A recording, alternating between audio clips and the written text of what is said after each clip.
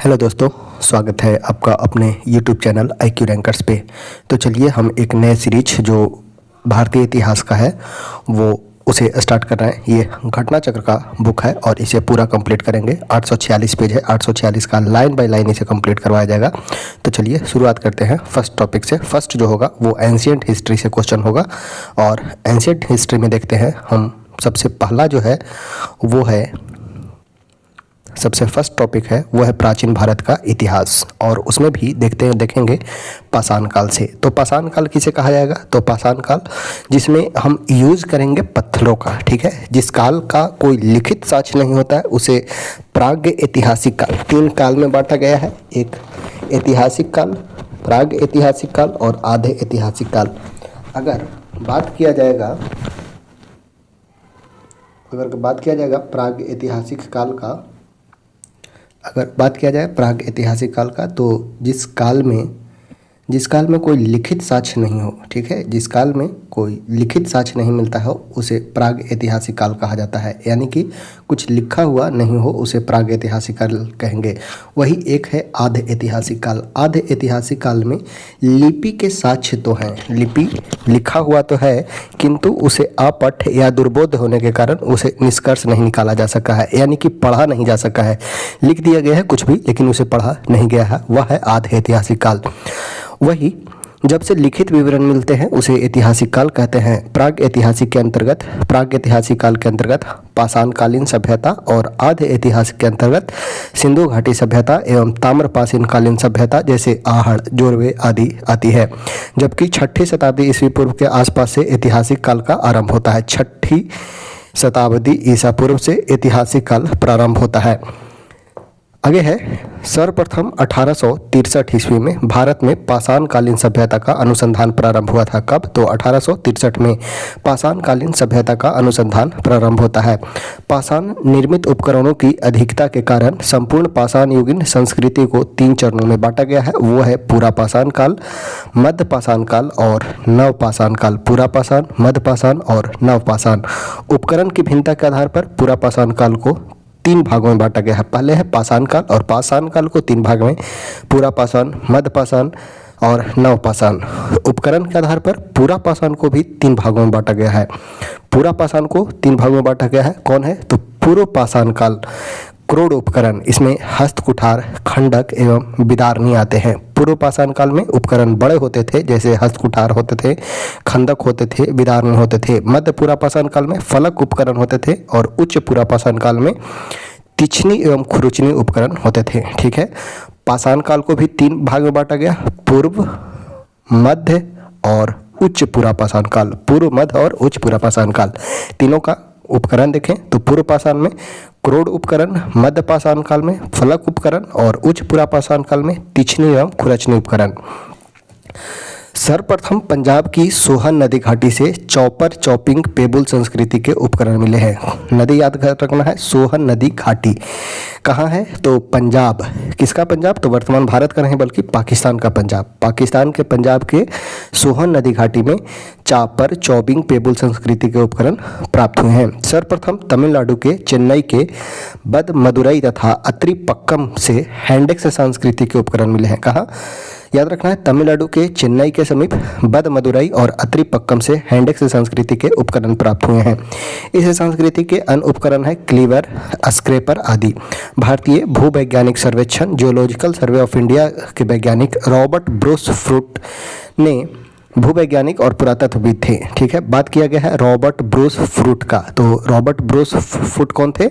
तो एक भूवैज्ञानिक थे और पुरातत्वविद थे। पुरातत्वविद यानी आर्कियोलॉजिकल थे। नेक्स्ट है 1863 ईस्वी में रॉबर्ट ब्रूस फ्रूट ने तमिलनाडु के चेन्नई के पास पलवरम नामक स्थान से पहला हैंडेक्स प्राप्त किया था, ठीक है।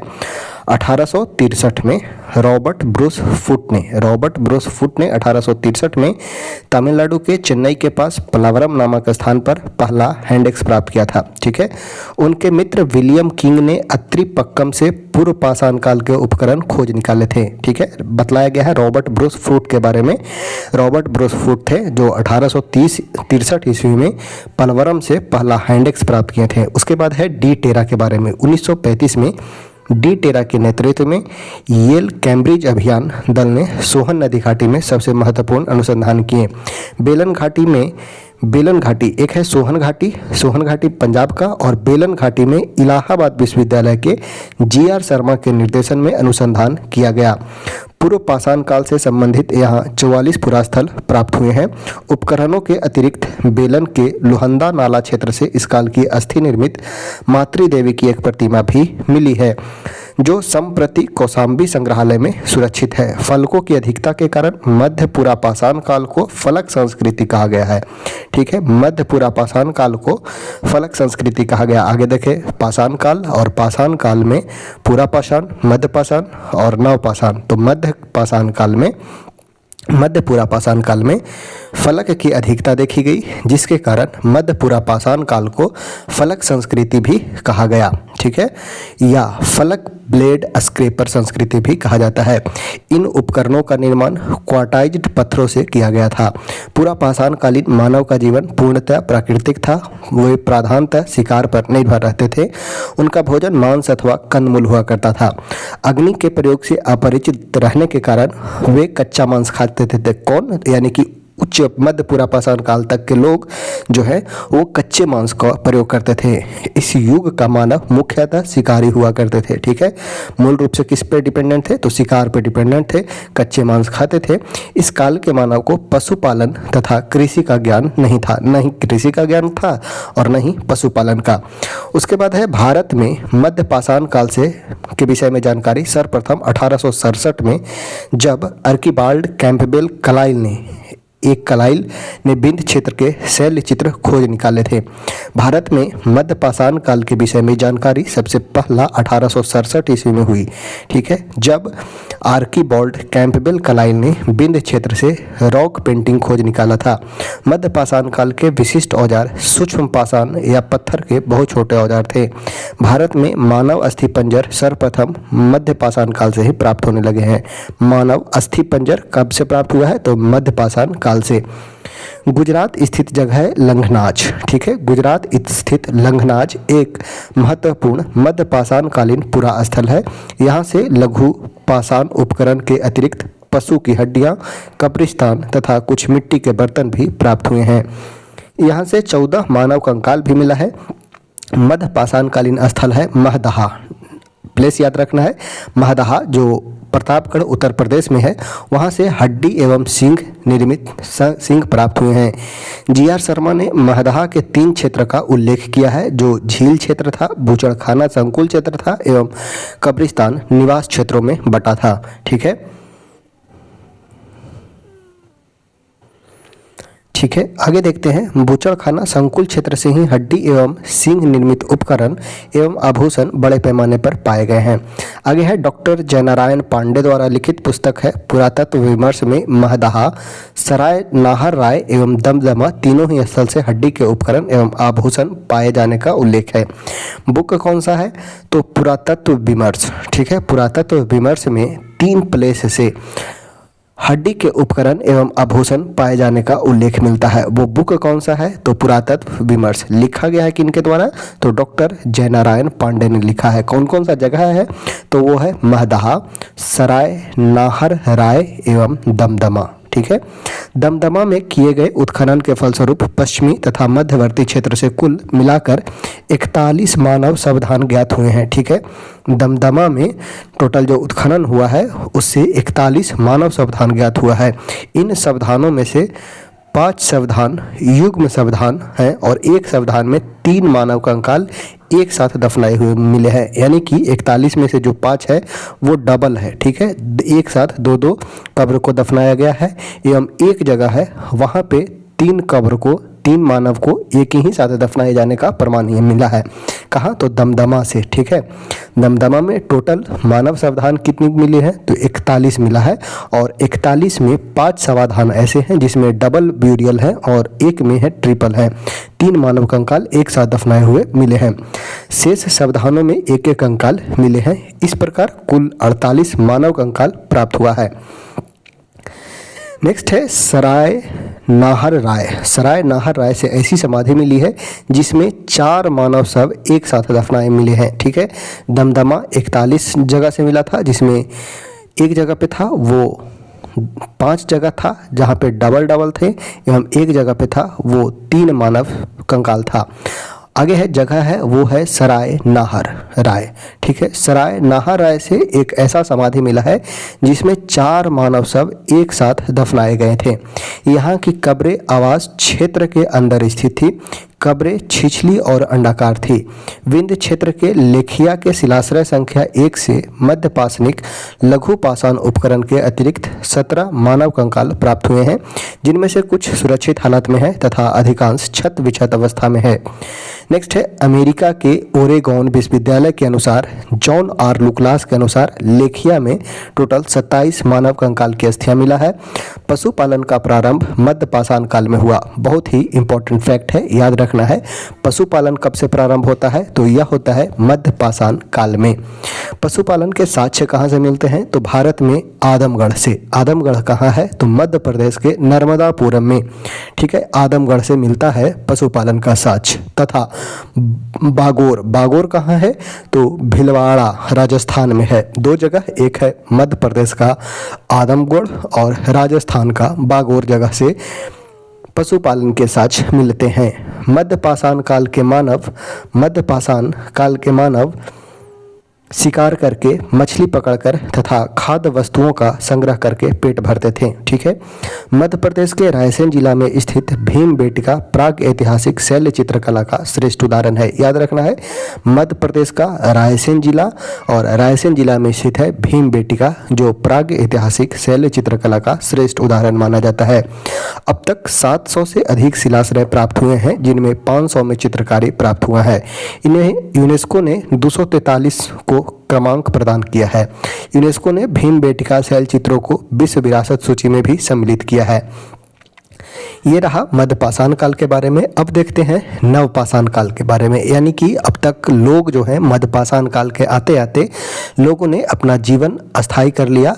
लोग कृषि कार्य करने प्रारंभ करते हैं। अब देखते हैं नव पाषाण काल में। सर्वप्रथम खाद्यान्न का उत्पादन नव पाषाण काल में ही होता है। ठीक है, खाद्यान्न का उत्पादन सर्वप्रथम नव पाषाण काल में ही प्रारंभ होता है। इस काल में गेहूं की कृषि प्रारंभ होती है। ठीक है, याद रखना है, प्रथम कृषि जो था वो गेहूं की कृषि प्रारंभ होती है। नवीनतम खोज के आधार पर भारतीय उपमहाद्वीप में प्राचीनतम कृषि साक्ष्य वाला स्थल उत्तर प्रदेश के संत कबीर नगर जिला में स्थित लुहरादेव है। ठीक है, लुहरादेव नामक जगह से सर्वप्रथम भारत में कृषि के प्राचीनतम साक्ष्य मिले हैं। यहाँ से 9000 ईस्वी पूर्व से 7000 ईस्वी पूर्व के मध्य के चावल के साक्ष्य मिला है। उल्लेखनीय है कि इस नवीनतम खोज के पूर्व भारतीय उपमहाद्वीप का प्राचीनतम कृषि साक्ष्य वाला स्थल मेहरगढ़ था। ठीक है, कहता है उल्लेखनीय है इस नवीनतम खोज के पूर्व, यानी कि जो यूपी का जगह है लुहरादेव, उसके पूर्व जो खोजा गया था वो था मेहरगढ़। भारतीय उपमहाद्वीप का एक प्राचीनतम कृषि साक्ष्य वाला स्थल मेहरगढ़, जो पाकिस्तान के बलूचिस्तान में स्थित है। यहाँ से 7000 ईस्वी पूर्व के गेहूं के साक्ष्य मिले हैं, जबकि प्राचीनतम चावल यानी कि धान के साक्ष्य वाला स्थल कोल्डिहवा है। ठीक है, लुहरादेव जगह याद रखना है, लुहरादेव जो वर्तमान उत्तर प्रदेश के संत कबीर नगर जिला है। चावल के साक्ष्य कोल्डिहवा से मिला है। प्रयागराज के बेलन नदी घाटी के तट पर यहाँ से 6500 ईस्वी पूर्व के चावल की भूसी के साक्ष्य मिले हैं। चीन के यांगसी नदी घाटी क्षेत्र में लगभग 7000 ईस्वी पूर्व में चावल उगाया गया। मक्का का प्रथम साक्ष्य मैक्सिको में पाया गया था। ठीक है, मक्का का साक्ष्य कहाँ पाया गया? मैक्सिको में। आगे देखते हैं मेहरगढ़ से पाषाण सांस्कृतिक से लेकर हड़प्पा सभ्यता तक के सांस्कृतिक अवशेष प्राप्त हुए हैं। मेहरगढ़ जगह है जहां से पाषाण संस्कृति से लेकर हड़प्पा सभ्यता तक के सांस्कृतिक के अवशेष प्राप्त हुए हैं। मानव कंकाल के साथ साथ कुत्ते का कंकाल बुर्जहोम जो जम्मू कश्मीर में है वहां से मिला है। मानव कंकाल के साथ कुत्ते का कंकाल कहां से मिला है? तो बुर्जहोम से मिला है। गर्तावास के साक्ष्य भी यहां से प्राप्त हुए हैं। इस पुरास्थल की खोज 1935 में डी टेरा एवं पीटरसन ने की थी। ठीक है, गर्तावास बुर्जहोम की खोज किनके द्वारा? तो 1935 में डी टेरा एवं पीटरसन के द्वारा किया जाता है। इसकी में गर्तावास की भी प्राप्त हुआ है। आगे है जगह नाम याद रखना है गुफकराल। यह जम्मू कश्मीर में स्थित नवपाषाणिक स्थल है। ठीक है, गुफकराल जम्मू कश्मीर में स्थित नवपाषाणिक स्थल है। गुफकराल का अर्थ होता है कुलाल अर्थात कुम्हार की गुहा। ठीक है, गुफकराल का अर्थ होता है कुलाल यानी कि कुम्हार की गुहा। यहाँ के लोग कृषि एवं पशुपालन का कार्य करते थे। चिरांद जगह याद रखना है नवपाषाणिक स्थल है चिरांद, जो बिहार के सारण जिला में स्थित है। यहाँ से नवपाषाणिक अवशेष प्राप्त हुए हैं। यहाँ से हड्डी के अनेक उपकरण प्राप्त हुए हैं चिरांद से। यहाँ से प्राप्त उपकरण हिरन के सींगों से निर्मित है। जो उपकरण है वो हिरन के सींग से बना है चिरांद से। नवपाषाणिक युगीन दक्षिण भारत में मृतक को दफनाने के स्थल के रूप में बृहत् पाषाण स्मारकों की पहचान की गई है। नवपाषाण काल से संबंधित राख के टीले कर्नाटक में बेलारी जनपद में स्थित संगनकल्लू नामक स्थान से प्राप्त हुआ है। ठीक है, नवपाषाण काल से संबंधित राख के टीले कर्नाटक में बेलारी जनपद में स्थित संगनकल्लू नामक जगह से प्राप्त हुआ है। आगे है पिकलीहल। पिकलीहल उतनूर आदि स्थलों से भी राख के टीले मिले हैं। ये राख के टीले नवपाषाण युगीन पशुपालक समुदाय के मौसमी शिविर के जले अवशेष हैं। आग का उपयोग नवपाषाण काल की महत्वपूर्ण उपलब्धि मानी जाती है। ठीक है, आग का उपयोग नवपाषाण काल की उपलब्धि मानी जाती है, यानी कि मनुष्य ने खेती करना आरंभ किया मध्यपाषाण काल में और नवपाषाण काल में उन्होंने आग जलाना सीखा था। ठीक है, यहाँ देखें जो मध्यपाषाण काल में था वो है पशुपालन। पशुपालन प्रारंभ होता है मध्यपाषाण काल में और नवपाषाण काल में है वो है नवपाषाण काल में आग का उपयोग देखने को मिलता है। धातुओं में सबसे पहले तांबे का प्रयोग हुआ है। ठीक है, धातु में सबसे पहले किस धातु का प्रयोग हुआ है तो वो है तांबा। इस चरण में पत्थर एवं तांबे के उपकरणों को साथ साथ प्रयोग जारी रहा। इसी कारण इसे ताम्र यानी कि तांबा और पाषाणिक संस्कृति कैल्कोलिथिक कल्चर कहा गया। ताम्र पाषाणिक का अर्थ है पत्थर एवं तांबे के संयुक्त प्रयोग की अवस्था। भारत में ताम्र पाषाण युग की बस्तियां दक्षिण पूर्वी राजस्थान, पश्चिमी मध्य प्रदेश, पश्चिमी महाराष्ट्र एवं दक्षिण पूर्वी भारत में पाई गई है। दक्षिण पूर्वी राजस्थान में अनेक पुरास्थल की खोदाई हुई है। ये है आहड़, बलाथल, बागौर, ओजियाना एवं गुलिंद। ये पुरास्थल बनास घाटी में स्थित है। बनास घाटी में स्थित होने के कारण इसे बनास संस्कृति भी कहते हैं। यानी बोला जाएगा बनास संस्कृति किस राज्य में देखने को मिलता है तो यह है राजस्थान में। आहड़ का प्राचीन नाम है ताम्बवती। ठीक है, आहड़ का प्राचीन नाम है ताम्बवती अर्थात तांबा वाली जगह। ठीक है, आहड़ का प्राचीन नाम क्या है तो ताम्बवती नाम है, यानी कि तांबा वाला जगह। गिलुंद, बलाथल, ओजियान में घरों को चार दीवारी से घेरा गया है। आहड़ के पास गिलुंद में मिट्टी की इमारत बनी है, किंतु कहीं कहीं पक्की ईंट भी लगी है। गिलुंद में तांबे के टुकड़े मिले हैं। आहड़ संस्कृति 2100 से 1500 ईस्वी तक अन्य ताम्र पाषाणिक संस्कृति से भिन्न है, क्योंकि जहां दूसरे केंद्रों में लाल और काले लेप के मृदभांड बने हैं, वहीं इस पर लेप के ऊपर सफेद रंग का चित्रकारी की गई कृष्ण लोहित मृदभांड परंपरा विशिष्ट रही है। आगे है पश्चिमी मध्य प्रदेश में मालवा। पश्चिमी मध्य प्रदेश में मालवा, कायथा, एरन और नवदा टोली प्रमुख है।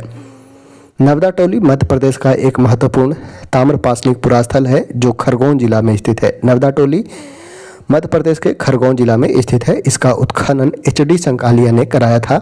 यहाँ से मिट्टी, बांस एवं फूस के बने चौकोर एवं वृत्ताकार घर मिले हैं।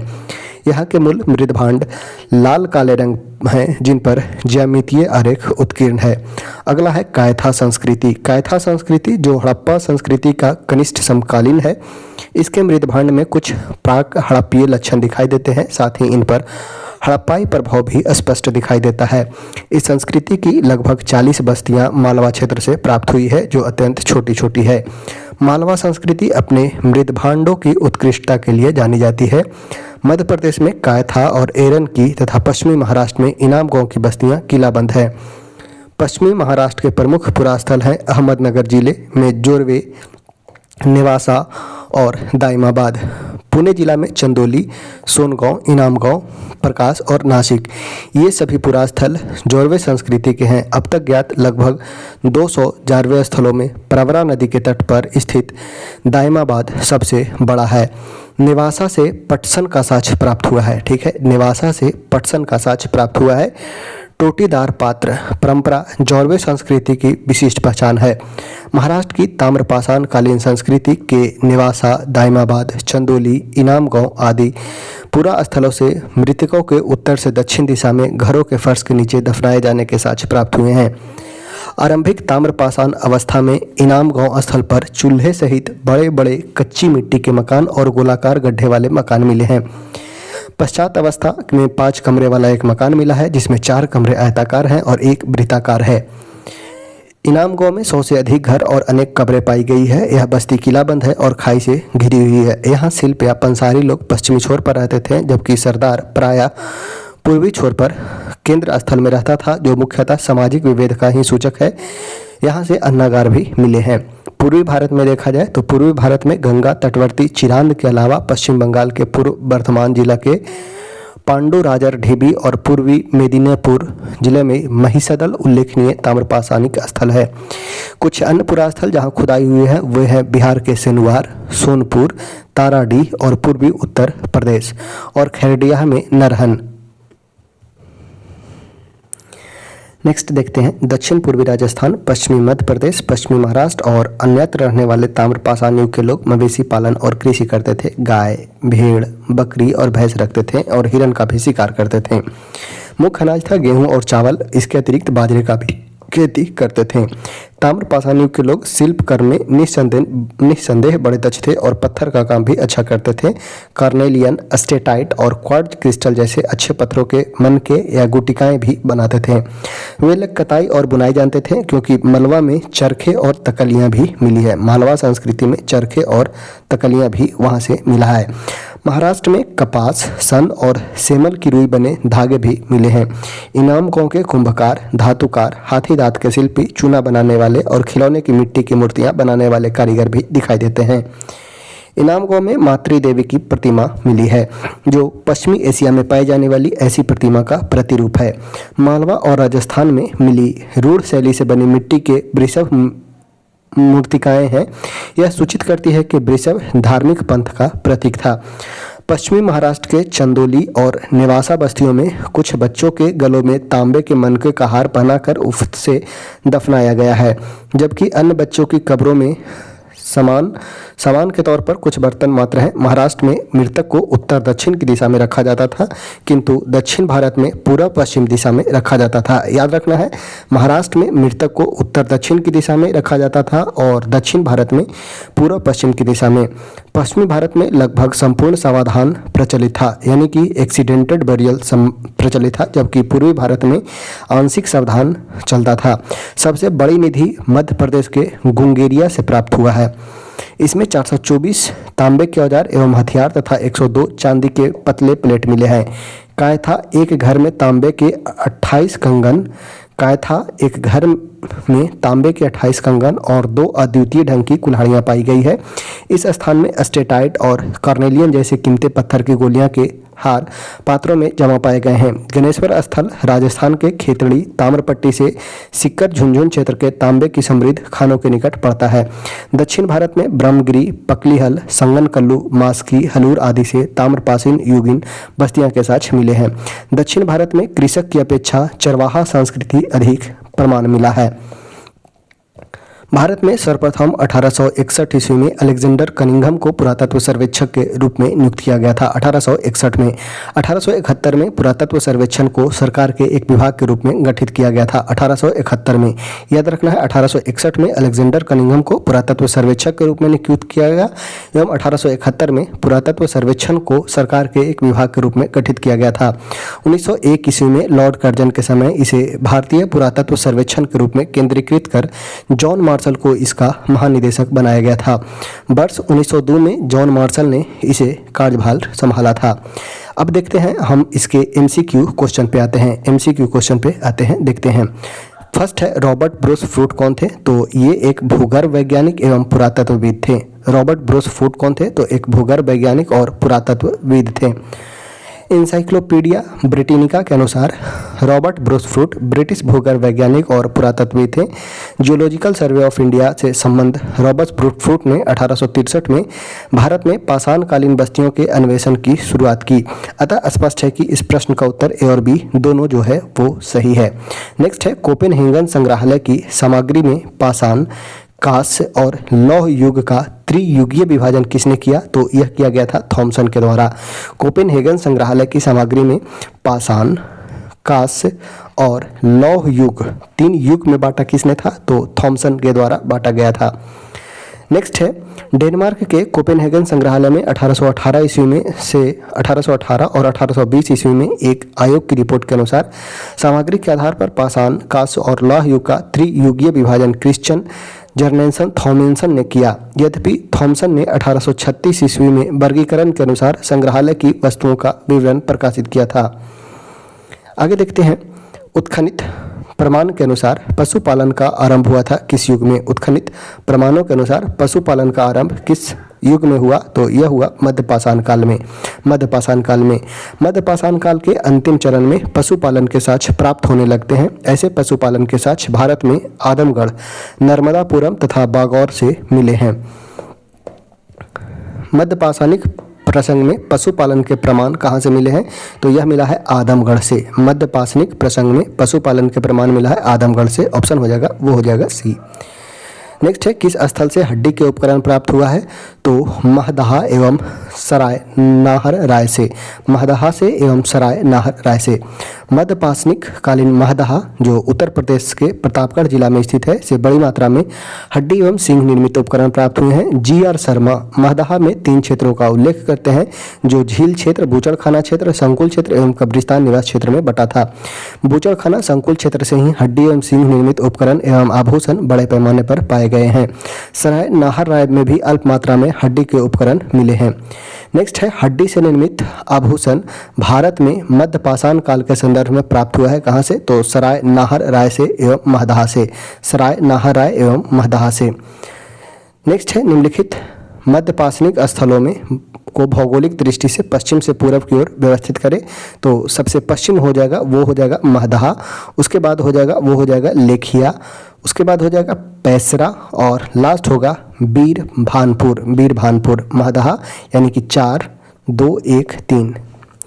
महदहा का बात किया जाए तो देखते हैं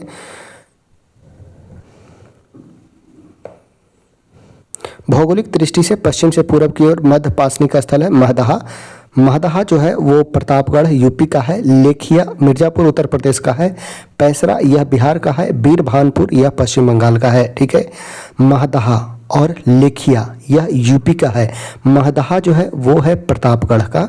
महदहा है वो है प्रतापगढ़ का, प्रतापगढ़ का। लेखिया है वो है मिर्जापुर का, मिर्जापुर का। बीरभानपुर है वेस्ट बंगाल का और पैसरा है वो है बिहार का। ठीक है, तो ऑप्शन हो जाएगा वो हो जाएगा सी। नेक्स्ट देखते हैं एक ही कब्र से 3 मानव कंकाल कहाँ से मिला है? तो यह मिला है दमदमा से। एक ही कब्र से 3 मानव कंकाल मिला है कहाँ से? तो यह मिला है दमदमा से। उत्तर प्रदेश के प्रतापगढ़ जिला में स्थित सराय नाहर राय, महदहा तथा दमदमा का उत्खनन हुआ है। दमदमा में लगातार 5 वर्षों तक किए गए उत्खनन के फलस्वरूप पश्चिमी तथा मध्यवर्ती क्षेत्रों से कुल मिलाकर 41 मानव शवाधान ज्ञात हुए हैं। इन शवाधानों में से 5 शवाधान युग्म शवाधान है और 1 शवाधान में 3 मानव कंकाल एक साथ मिले हैं। शेष शवाधानों में 1-1 कंकाल भी मिले हैं। नेक्स्ट है खाद्यान्नों की कृषि सर्वप्रथम आरंभ हुई थी किस काल में? तो नवपाषाण काल में। खाद्यान्नों की कृषि सर्वप्रथम प्रारंभ हुआ वो हुआ नवपाषाण काल में। खाद्यान्नों का उत्पादन सर्वप्रथम नवपाषाण काल में हुआ। यह वही समय है जब मनुष्य कर्म पर परिचित हुआ। नेक्स्ट है भारत में मानव का सर्वप्रथम साक्ष्य कहाँ मिलता है? तो यह मिलता है नर्मदा घाटी में। भारत में मानव का सर्वप्रथम साक्ष्य मिलता है नर्मदा घाटी में। मानव का सर्वप्रथम साक्ष्य नर्मदा घाटी में अवस्थित हथनौरा नामक पुरा स्थल से प्राप्त होता है। इसकी खोज पुरातत्वविद अरुण सोनिकाय द्वारा 1982 में किया गया। नेक्स्ट है प्रथम मानव जीवाश्म भारत के किस नदी घाटी से प्राप्त होता है? तो यह है नर्मदा नदी घाटी घाटी से। प्रथम मानव जीवाश्म भारत के किस नदी घाटी से प्राप्त हुआ है? तो यह हुआ है नर्मदा नदी घाटी से। मानव द्वारा सर्वप्रथम प्रयुक्त अनाज कौन सा था? वो था जौ। मानव द्वारा सर्वप्रथम प्रयुक्त अनाज था जौ। ऑप्शन हो जाएगा, वो हो जाएगा सी। आगे देखते हैं, आधुनिक मानव समाज द्वारा मुख्य रूप से 8 खाद्यान्न अनाजों का उपभोग किया गया है।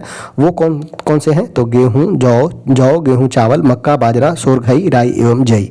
अनाजों के पौधे विभिन्न क्षेत्रों में जंगली घास के रूप में विद्यमान थे, जिन्हें बीजों के रूप में अलग अलग क्षेत्र में अलग अलग समय पर मानव ने उगाया। वैश्विक दृष्टिकोण से देखा जाए तो सर्वप्रथम जौ 8000 ईस्वी पूर्व के आसपास भूमध्य सागर एवं ईरान के मध्य स्थित पश्चिमी एशिया के देश में मानव द्वारा उगाया गया। बाद में लगभग इन्हीं क्षेत्रों में 8000 ईस्वी पूर्व के आसपास ही गेहूं भी उगाया जाने लगा था। भारतीय उपमहाद्वीप में कृषि के प्राचीनतम साक्ष्य प्राप्त हुए हैं कहाँ से? तो यह प्राप्त हुआ है लोहरादेव से। भारतीय उपमहाद्वीप में कृषि के प्राचीनतम साक्ष्य प्राप्त हुए हैं कहाँ से? तो यह प्राप्त हुआ है लोहरादेव से। नवीनतम खोजों के आधार पर भारतीय उपमहाद्वीप में प्राचीनतम कृषि साक्ष्य वाला स्थल उत्तर प्रदेश के संत कबीर नगर जिला में स्थित लोहरादेव है। यहाँ से 9000 ईस्वी पूर्व से 7000 ईस्वी पूर्व तक के बीच का चावल के साक्ष्य प्राप्त हुए हैं। उल्लेखनीय है कि इस नवीनतम खोज के पूर्व भारतीय उपमहाद्वीप का प्राचीनतम कृषि साक्ष्य वाला स्थल मेहरगढ़ है, जो बलूचिस्तान में स्थित था, जबकि प्राचीनतम चावल के साक्ष्य वाला स्थल कोल्डिहवा है। प्रयागराज जिले के बेलन नदी तट पर स्थित है। यहाँ से 6500 ईस्वी पूर्व के चावल की भूसी के साक्ष्य मिले माना जाता है। उपयुक्त संदर्भ में अब यदि विकल्प में लोहरादेव रहता तो विकल्प होता, परंतु लोहरादेव न होने की स्थिति में आंसर जो होगा हमारा वो मेहरगढ़ हो जाएगा। भारतीय उपमहाद्वीप में कृषि के प्राचीनतम साक्ष्य कहाँ से मिले हैं? तो वह हो जाएगा स्थल मेहरगढ़। भारतीय उपमहाद्वीप में कृषि के प्राचीनतम साक्ष्य कहाँ से मिले हैं? तो यह हो जाएगा मेहरगढ़ से। नेक्स्ट है, नवपाषाण युग में भारतीय उपमहाद्वीप के उत्तर पश्चिमी क्षेत्र में किस स्थान पर कृषि के अभ्युदय के प्रारंभिक प्रमाण मिले हैं? तो यह है मेहरगढ़ से। नेक्स्ट है, भारत में पशुपालन एवं कृषि के प्राचीनतम साक्ष्य कहाँ से मिला है? तो यह प्राप्त हुआ है हमें मेहरगढ़ से। तो बहुत बार क्वेश्चन पूछा जा चुका है इस कंसेप्ट से। नेक्स्ट है, उत्तर प्रदेश की सांस्कृतिक विरासत के लिए संदर्भ में निम्नलिखित कथन में कौन सा सही है? इस प्रदेश की अनेक उत्खनित पुरा स्थलों से वैश्विक संदर्भ में कृषि के प्राचीनतम प्रमाण मिले हैं। बिल्कुल सही है। जैसे मेहरगढ़ प्राचीनतम प्राप्त कृषि अन्न, जौ और धान है, तो ये दोनों सही है। 1 और 2 दोनों ऑप्शन हो जाएगा। उत्तर प्रदेश प्राग ऐतिहासिक काल से ही समृद्ध सांस्कृतिक विरासत का धनी है। ज्ञात है कि उत्तर प्रदेश की बेलन नदी घाटी क्षेत्र में स्थित कोल्डिहवा से लंबे समय तक के विश्व में धान की खेती का प्राचीनतम साक्ष्य मिला है। जगह है कोल्डिहवा। इसी तरह वर्तमान में धान की खेती का प्राचीनतम प्रस्तुत करने वाला स्थल है लोहरादेव, जो उत्तर प्रदेश में भी स्थित है। कोल्डिहवा और लोहरादेव दोनों उत्तर प्रदेश में ही स्थित है।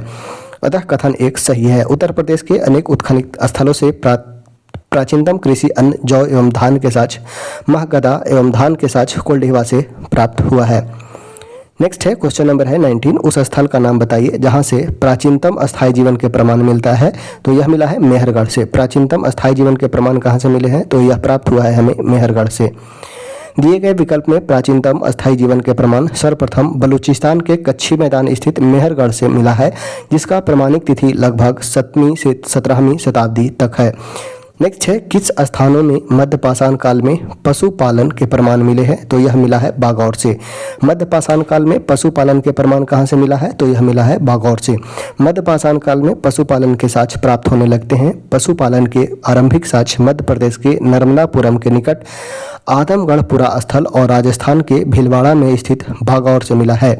ठीक है, एक है जगह नाम याद रखना है, आदमगढ़ और बागौर। आदमगढ़ है मध्य प्रदेश में और बागौर है वो है राजस्थान में।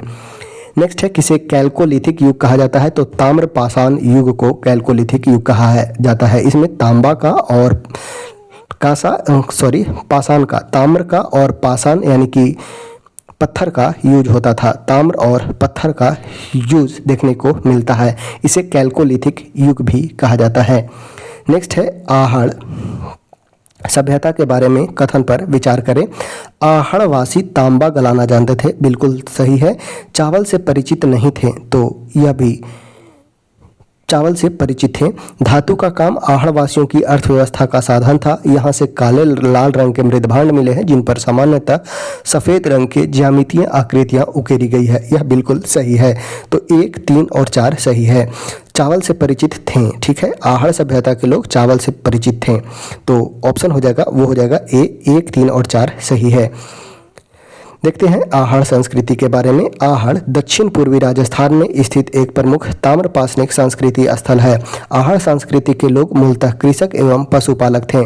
गेहूं, जौ, चावल से परिचित थे। आहड़ का अन्य नाम है ताम्बवती, ठीक है, आहड़ का अन्य नाम है ताम्बवती, जिसका मतलब होता है तांबे वाला स्थान, जिससे सूचित होता है कि यहाँ तांबा बहुतायत में उपलब्ध था। यहाँ के निवासी तांबे को गलाकर मनचाही वस्तुएं तैयार करते थे। धातु का काम आहड़ वासियों की अर्थव्यवस्था का प्रमुख साधन था। यहाँ से काले, लाल रंग के मृद भांड की प्राप्तियां हुई हैं, जिन पर सामान्यतः सफेद रंग के ज्यामितीय आकृतियां उकेरी गई है। तो ऑप्शन ए जो हो जाएगा वो सही हो जाएगा। नेक्स्ट है, किस एक पुरा स्थल से पाषाण संस्कृति से लेकर हड़प्पा सभ्यता तक के सांस्कृतिक अवशेष मिला है? तो वो जगह है मेहरगढ़, जो वर्तमान में पंजाब का बलूचिस्तान क्षेत्र है, पाकिस्तान का बलूचिस्तान क्षेत्र, जिससे पूरा स्थल से पाषाण संस्कृति से लेकर हड़प्पा संस्कृति तक के स्थल मिले हैं, वो है जगह मेहरगढ़। बलूचिस्तान में स्थित पूरा स्थल मेहरगढ़ से पाषाण संस्कृति से लेकर हड़प्पा सभ्यता के सांस्कृतिक अवशेष प्राप्त हुए हैं। नेक्स्ट है, नर्मदा टोली का उत्खनन किसने करवाया है? तो नर्मदा टोली के उत्खनन करवाए हैं HD संकालिया के द्वारा। यह मध्य प्रदेश के में स्थित है। मध्य प्रदेश नर्मदा टोली का उत्खनन डेक्कन कॉलेज पूना के प्रोफेसर HD संकालिया ने कराया था। यह स्थल इस महाद्वीप का सबसे विस्तृत उत्खनित ताम्रपाषाणिक स्थल है, जिसकी तिथि लगभग 1500 से 1300 ईस्वी के मध्य निर्धारित थी। नेक्स्ट है, नर्मदा टोली किस राज्य में है? तो यह मध्य प्रदेश में स्थित है। नर्मदा टोली मध्य प्रदेश में स्थित है।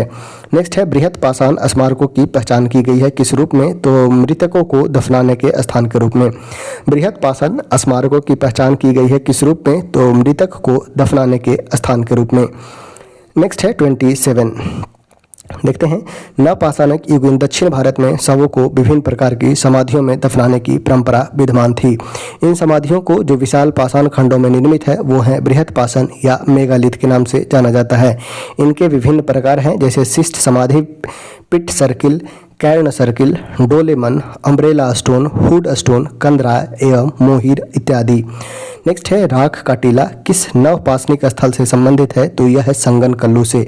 राख का टीला किस नवपाषाणिक स्थल से संबंधित है? वो है संगनकल्लू से। कर्नाटक में मैसूर के पास बेलारी जनपद में स्थित संगनकल्लू नामक नवपाषाणकालीन पुरा स्थल से राख के टीले के प्रमाण मिले हैं। नेक्स्ट है, भीमबेटिका किसके लिए प्रसिद्ध है? तो यह गुफा के शैल चित्र के लिए प्रसिद्ध है। भीमबेटिका किसके लिए प्रसिद्ध है? तो गुफाओं के शैल चित्र के लिए।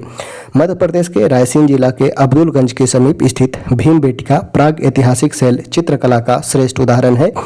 इन गुफाओं में जीवन के विविध रंगों का पेंटिंग के रूप में उकेरा गया है, जिनमें हाथी, सांभर, हिरण आदि के चित्र हैं। यहाँ से अब तक लगभग 700 शिलाश्रय की पहचान की जा चुकी है, जिनमें 500 में चित्र पाए गए हैं। नेक्स्ट है, कौन सा स्थल प्राग ऐतिहासिक चित्रकला के लिए प्रसिद्ध है? तो वह है भीमबेटिका। भीमबेटिका, जिसकी खोज V.S. वांगकंकर के द्वारा किया गया था। नेक्स्ट है, भीमबेटिका की गुफा कहाँ है? तो यह है अब्दुलगंज, रायसेन जिला, मध्य प्रदेश। नेक्स्ट है, भारत में किस शिलाश्रय से सर्वाधिक चित्र प्राप्त हुआ है? तो वो है भीमबेटिका से। सबसे अधिक शिलाश्रय प्राप्त हुआ है भीमबेटिका से। नेक्स्ट है, निम्नलिखित में किस भारतीय पुरातत्ववेत्ता ने पहली बार भीमबेटिका गुफा को देखा और उसके शैल चित्रों को प्राग ऐतिहासिक महत्व को खोजा? तो वे हैं V.S. वाकनंकर। V.S. वाकनंकर। मध्य प्रदेश के रायसेन जिला में स्थित भीमबेटिका प्राग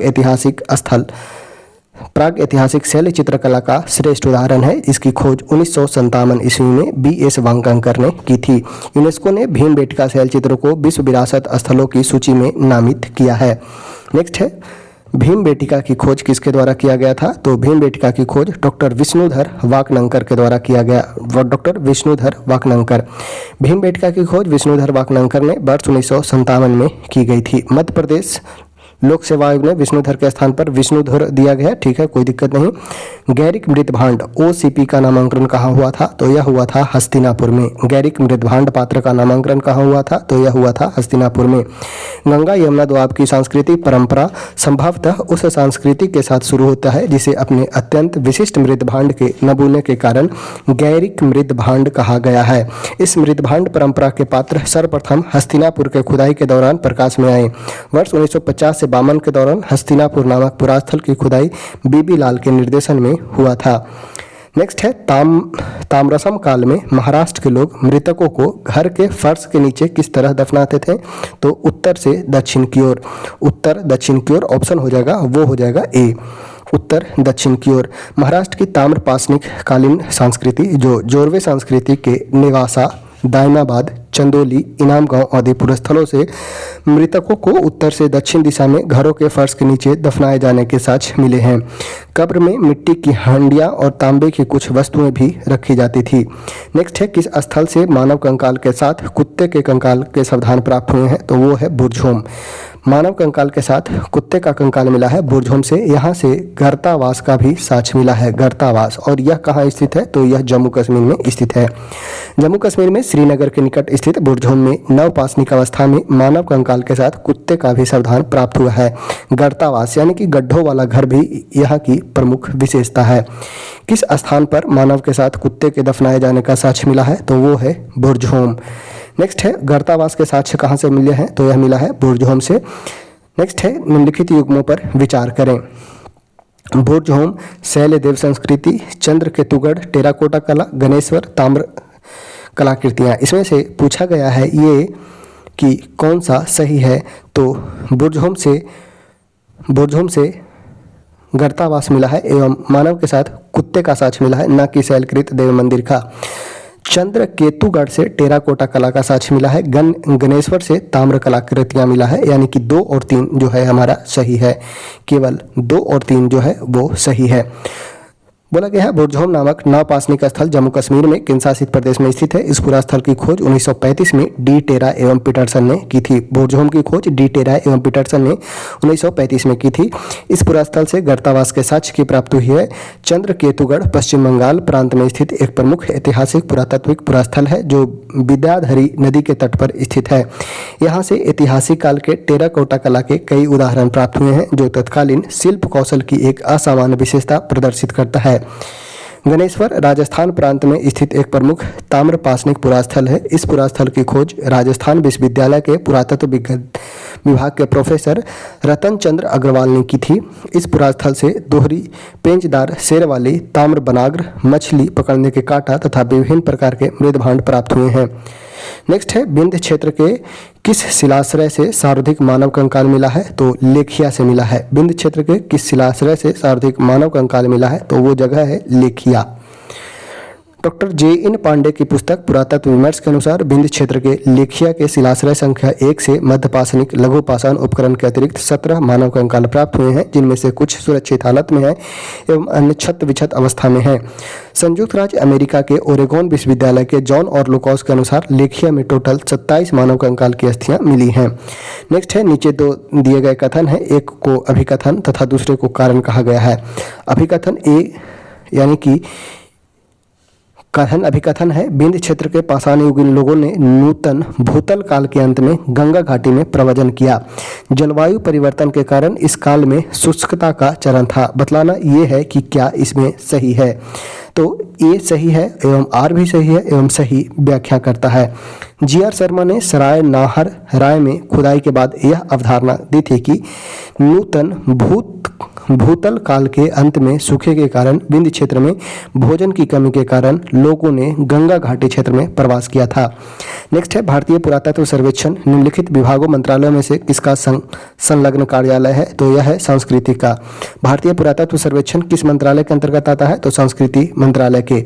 भारतीय पुरातत्व सर्वेक्षण भारत सरकार के संस्कृति मंत्रालय के अधीन एक विभाग है।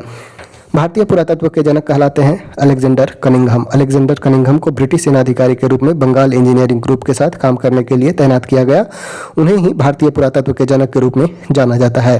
नेक्स्ट है, राष्ट्रीय मानव संग्रहालय कहाँ स्थित है? तो यह भोपाल में स्थित है। राष्ट्रीय मानव संग्रहालय भोपाल में स्थित है। मानव सभ्यता के विकास की कहानी दर्शाने वाला देश का सबसे बड़ा संग्रहालय इंदिरा गांधी मानव संग्रहालय कहाँ स्थित है? तो यह भोपाल में स्थित है। इंदिरा गांधी मानव संग्रहालय यह भोपाल में स्थित है। तो इसी के साथ फर्स्ट टॉपिक जो है वो हमारा समाप्त होता है। अगला जो टॉपिक होने वाला है वो है सैंधव सभ्यता एवं संस्कृति। इसे हम लेक्चर नंबर 2 में कंप्लीट करेंगे। ठीक है, सैंधव सभ्यता एवं संस्कृति। तो चलिए इस वीडियो को यहीं पे समाप्त करते हैं।